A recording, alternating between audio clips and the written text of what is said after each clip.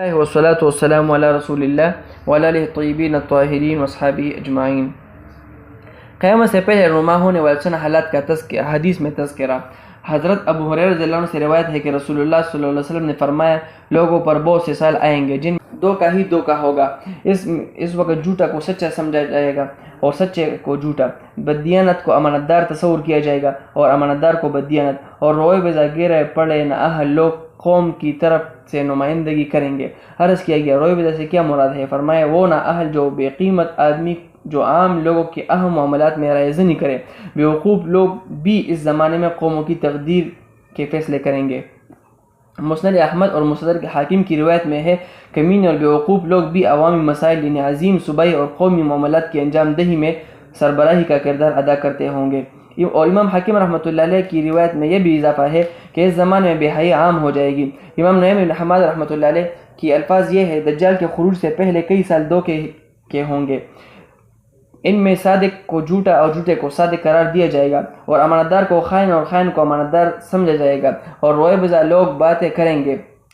پوچھا گیا کہ روئے بزا سے کیا مراد ہے؟ تو فرمایا، گرے پڑے غیر سنجیدہ لوگ۔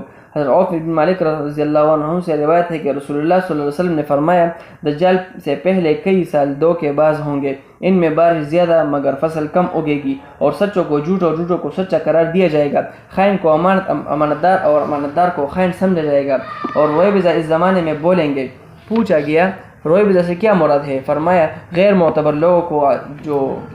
لوگوں کو بہت بھی عظیم امور میں فیصلہ دہی کا حق دیا جائے گا۔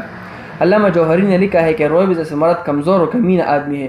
علامہ ابن یسیر رحمۃ اللہ علیہ نے لکھا ہے کہ کمزاد گرا پڑا کمزور انسان مراد ہے۔ مذکورہ بالاحادیث اور اہل لغت حضرات کے کلام سے معلوم ہوتا ہے کہ بیوقوف، فاسق، کمزاد، کم عمل، ذلیل، حقیر اور کمینہ سب اقسام کے لوگ عظیم الشان ملی، قومی، صوبائی اور بڑے بڑے امور کی انجام دہی کریں گے۔ حضرت ام سلمہ رضی اللہ عنہ سے روایت ہے کہ لوگوں پر ایسا زمانہ آئے گا کہ سچوں کو جھوٹا اور جھوٹوں کو سچا کہا جائے گا، اور خیانت پیشہ لوگوں کو امانت دار اور امانت دار لوگوں کو خیانت پیشہ بتلایا جائے گا۔ بغیر طلب کیے لوگ گواہیاں دیں گے اور بغیر حلف اٹھائیں گے، اور کمینے باپ دادا کی اولاد دنیاوی اعتبار سے سب سے زیادہ خوش نصیب بن جائے گی، جن کا نہ اللہ پر ایمان ہوگا اور نہ رسول پر۔ حضرت ابن عمر رضی اللہ عنہ سے روایت ہے کہ رسول اللہ صلی اللہ علیہ وسلم نے فرمایا، اس ذات کی قسم جس کے قبضے میں میری جان ہے، قیامت اس وقت تک قائم نہیں ہوگی جب اللہ تعالیٰ جھوٹے امیر اور ان کے فاجر اور گناہگار وزیر نہیں بھیجیں گے، جن کے اعوان و مددگار خائن اور نامور شخصیات ظالم ہوں گے۔ اس زمانے میں قاری راہبوں کی طرح فاسق و فاجر ہوں گے، ان کے دل مردار سے زیادہ گندے ہوں گے، ان سب کی خواہشات ایک دوسرے سے جدا ہوں گی۔ اللہ تعالیٰ پر سخت سیاہ تاریک غبار آلود فتنے مسلط کریں گے۔ اللہ تعالیٰ ان پر سخت سیاہ تاریک غبار آلود فتنے مسلط کریں گے، وہ احمقوں کی طرح ان فتنوں میں گر پڑیں گے۔ اس ذات کی قسم جس کے قبضے میں محمد صلی اللہ علیہ وسلم کی جان ہے کہ اسلام کی کڑیاں ایک ایک کر کے ختم ہوتی رہیں گی، یہاں تک کہ کلمہ لا الہ الا اللہ کہنے والا بھی باقی نہیں رہے گا۔ حضرت مکحول رحمۃ اللہ علیہ حضرت معاذ بن جبل رضی اللہ عنہ سے روایت نقل کرتے ہیں کہ دنیا اس وقت تک ختم نہیں ہوگی جب تک کہ جھوٹے عمراء، فاجر وزراء، ظالم مددگار، فاسق قراء نہیں آئیں گے۔ ان سب کی خواہشات ایک دوسرے سے جدا ہوں گی، گناہوں سے نہیں رکیں گے۔ ان کا لباس تو راہبوں کی طرح ہوگا، لیکن ان کے دل مردار سے زیادہ گندے ہوں گے۔ اللہ تعالیٰ ان پر اندھیری رات کی طرح فتنے مسلط کریں گے، جن میں وہ یہود کی طرح گریں گے۔ مسند بزار میں معاذ بن جبل رضی اللہ عنہ سے کی روایت میں ہے کہ دنیا اس وقت تک ختم نہیں ہوگی جب تک کہ جھوٹے عمراء، فاجر وزراء، ظالم مددگار، فاسق قراء نہیں آئیں گے۔ ان سب کی خواہشات ایک دوسرے سے جدا ہوں گی، گناہوں سے نہیں رکیں گے۔ ان کا لباس تو راہبوں کی طرح ہوگا، لیکن ان کو دین کی طرف کوئی رغبت نہیں ہوگا، یعنی خیر کی طرف ان کی کوئی رغبت نہیں ہوگی۔ را کے زیر کے ساتھ اس کا مطلب محرمات سے روک تھام نہیں ہوگی۔ زا کے زیر کے ساتھ اس کا مطلب یہ ہے کہ احکامات کی ادائیگی اور نواہی سے روکنے والا کوئی نہیں ہوگا۔ حضرت علی رضی اللہ عنہ سے روایت ہے کہ لوگوں پر ایسا زمانہ آئے گا کہ فاجر گناہگار تکبر کرے گا اور حیلہ باز، چال باز اور مکار آدمی لوگوں کے نزدیک ہوگا، اور انصاف کرنے والا اس زمانے میں عاجز ہوگا۔ ان کے ہاں امانت غنیمت شمار ہوگی، زکوٰۃ تاوان سمجھی جائے گی، نماز کو بتکلف لمبا کر کے چھوڑیں گے، اور صدقہ و خیرات احسان جتلا کر خرچ کیا جائے گا۔ اس زمانے میں لونڈیوں سے مشاورت ہوگی، عورتوں کی بچاہت ہوگی، اور بیوقوفوں کی حکمرانی ہوگی۔ الماحل سے مراد مکار اور فریب دینے کے لیے تدبیر بنانے والا شخص ہے۔ علامہ جوہری رحمۃ اللہ نے لکھا ہے کہ محل سے مراد مکر اور فریب ہے، جیسا کہ کہا جاتا ہے محل حلم بھی، جب کوئی شخص بادشاہ، گورنر اور امیر کے پاس ہیلہ لے کر لوگوں کی شکایت کرتا ہے، اور مماحل سے مراد مکار، فریب اور دھوکہ باز شخص ہے۔ علامہ ابن کثیر رحمۃ اللہ علیہ نے لکھا ہے کہ رجل محل سے مراد دھوکہ باز اور تدبیریں بنانے والا شخص ہے۔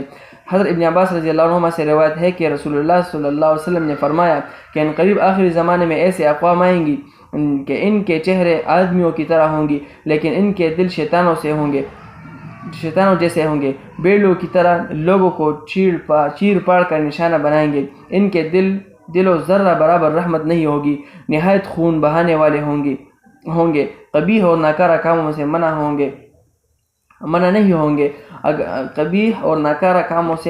نہیں ہوں گے۔ اگر تم ان کے پیچھے چلو تو تمہیں دھوکہ دیں گے، اور ان سے چپ جاؤ تو تمہاری غیبت کریں گے۔ اگر وہ تم سے بات کرے تو جھوٹ بولے، اگر ان سے امانت رکھی جائے تو خیانت کرے۔ ان کے بچے چرب زبان اور ان کے بڑی عمر والے مکار اور حیلہ باز ہوں گے۔ علامہ حمود تویجری لکھتے ہیں کہ ہمارے زمانے میں اسلام کے اکثر نام لیوا لوگوں کا یہی حال ہے، جو حدیث کے بالکل عین مطابق ہے۔ قولہ لا یرعون را کے کسرہ کے ساتھ اس کا معنی ہے جو برائی سے نہیں رکتے اور نہیں اس میں حرج محسوس کرتے ہیں۔ علامہ ابن کثیر رحمۃ اللہ علیہ لکھتے ہیں کہ یہ ورب سے ہے جس کا معنی فساد ہے، یعنی تمہارے ساتھ دھوکہ کریں گے۔ علامہ ابن منظور رحمۃ اللہ علیہ امام لیث رحمۃ اللہ علیہ سے نقل کرتے ہیں کہ مواربہ سے ماخوذ ہے جو دھوکہ اور چال بازی کو کہتے ہیں۔ صبیہم عارم چال باز کو کہتے ہیں۔ ابن الاسیر اور ابن منظور رحمۃ اللہ علیہ کہتے ہیں کہ عارم کا معنی شدت، قوت اور زیادہ چال بازی ہے۔ رجل عارم کا معنی خبیث و شریر ہے۔ وشابہہم شاطر، علامہ جوہری رحمۃ اللہ علیہ لکھتے ہیں کہ اپنی اہل کو خباثت کے ساتھ دھوکہ دینا شاطر کہلاتا ہے۔ اور ابن منظور رحمۃ اللہ علیہ سے نقل کیا ہے کہ فلان شاطر، جو شخص درستگی سے ہٹ کر کام کرے، ثواب اور درستگی سے دوری آدمی شاطر کہلاتا ہے۔ حضرت انس بن مالک رضی اللہ عنہ سے روایت ہے کہ لوگوں پر ایک ایسا زمانہ ہوگا جو بیڑیے ہوں گے۔ اس زمانے یا تو بیڑیا بن کر رہو، اور اگر بیڑیا نہ ہو تو اس کو بیڑیے کھا جائیں گے۔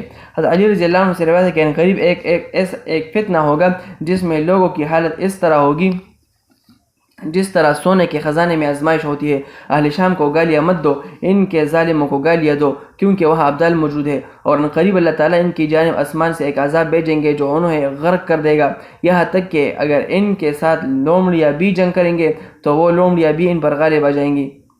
پھر اللہ تعالیٰ میرے اہل بیت سے ایک آدمی بھیجیں گے جو 12,000 یا 15,000 لشکر کے ذریعے ان کی مدد کریں گے، جن کی علامت امت ہوگی۔ یہ 3 جنڈوں میں منقسم ہوں گے، جن کے ساتھ 7 جنڈوں والا لشکر کرے گا۔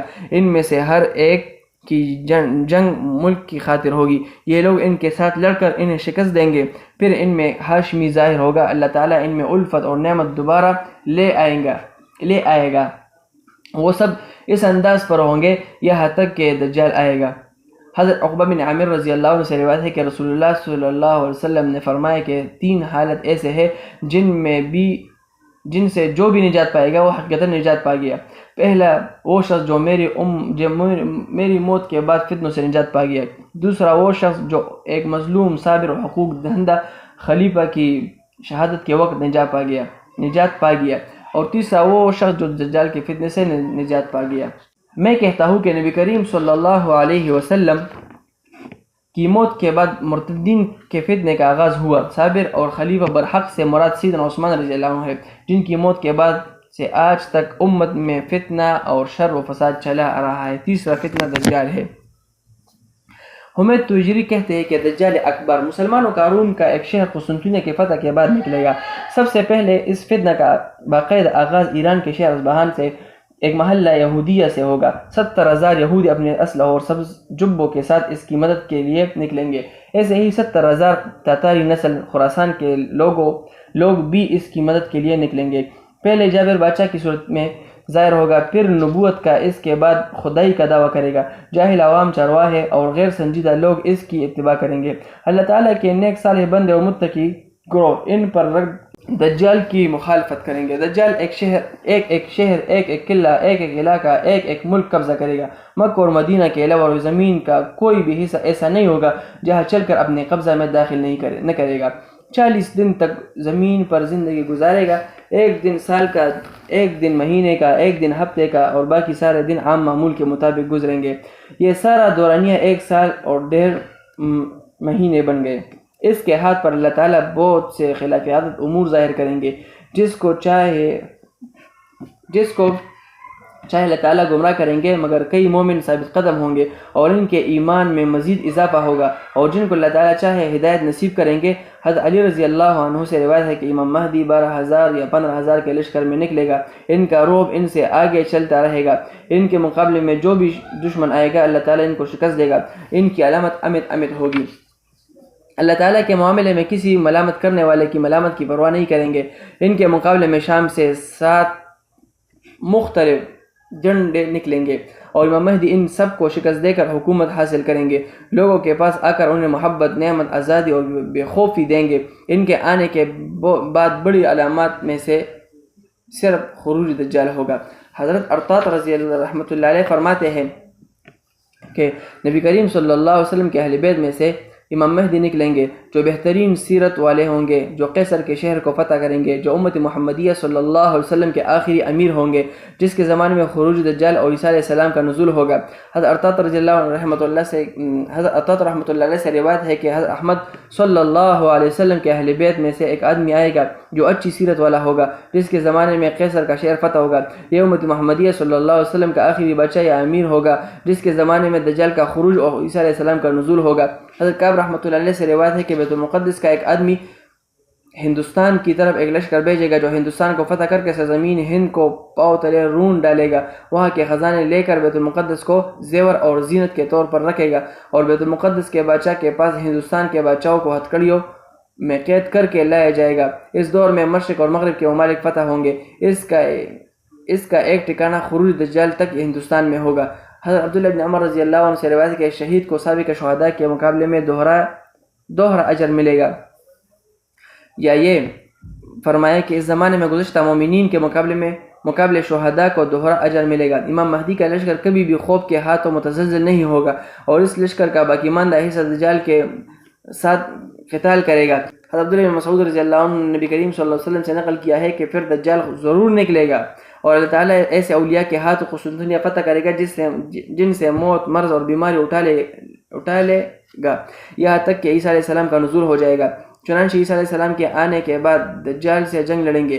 حضرت عمران بن حسین رضی اللہ عنہ سے روایت ہے کہ رسول اللہ صلی اللہ علیہ وسلم نے ارشاد فرمایا کہ ہمیشہ میری امت کا ایک گروہ نفاذ حق کے لیے قتال کرے گا، اپنے مد مقابل پر غالب آتا رہے گا، یہاں تک کہ اس لشکر کا آخری حصہ مسیح دجال کے خلاف جنگ لڑے گا۔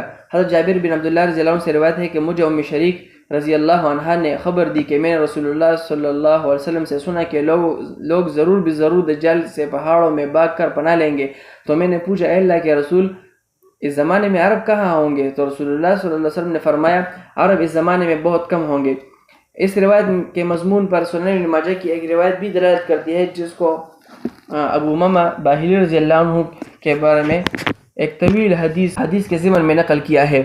پوچھا تو نبی کریم صلی اللہ علیہ وسلم نے جواب دیا کہ عرب اس زمانے میں بہت کم ہوں گے، اور زیادہ تر عرب بیت المقدس میں ہوں گے، اور ان کا امام ایک نیک آدمی ہوگا، اس دوران وہ امامت کے لیے آگے ہوگا۔ ایک دوسری روایت میں فرمایا کہ عیسیٰ علیہ السلام آسمان سے نازل ہوں گے تو امام مہدی ان کو امامت کے لیے آگے کریں گے، لیکن حضرت عیسیٰ علیہ السلام کہیں گے کہ نہیں، تم ایک دوسرے کے امیر ہو۔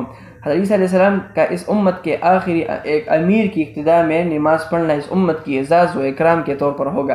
حضرت عبداللہ بن عمر رضی اللہ عنہ نے فرمایا کہ عنقریب قسطنطنیہ فتح ہوگا، ان کا امیر کہے گا کہ آج دور مال غنیمت میں کوئی خیانت نہیں ہوگی، اس دوران کہ وہ ڈال بھر کر سونا اور چاندی تقسیم کریں گے، اور آواز آئے گی کہ تمہارے شہر میں دجال نکل آیا ہے۔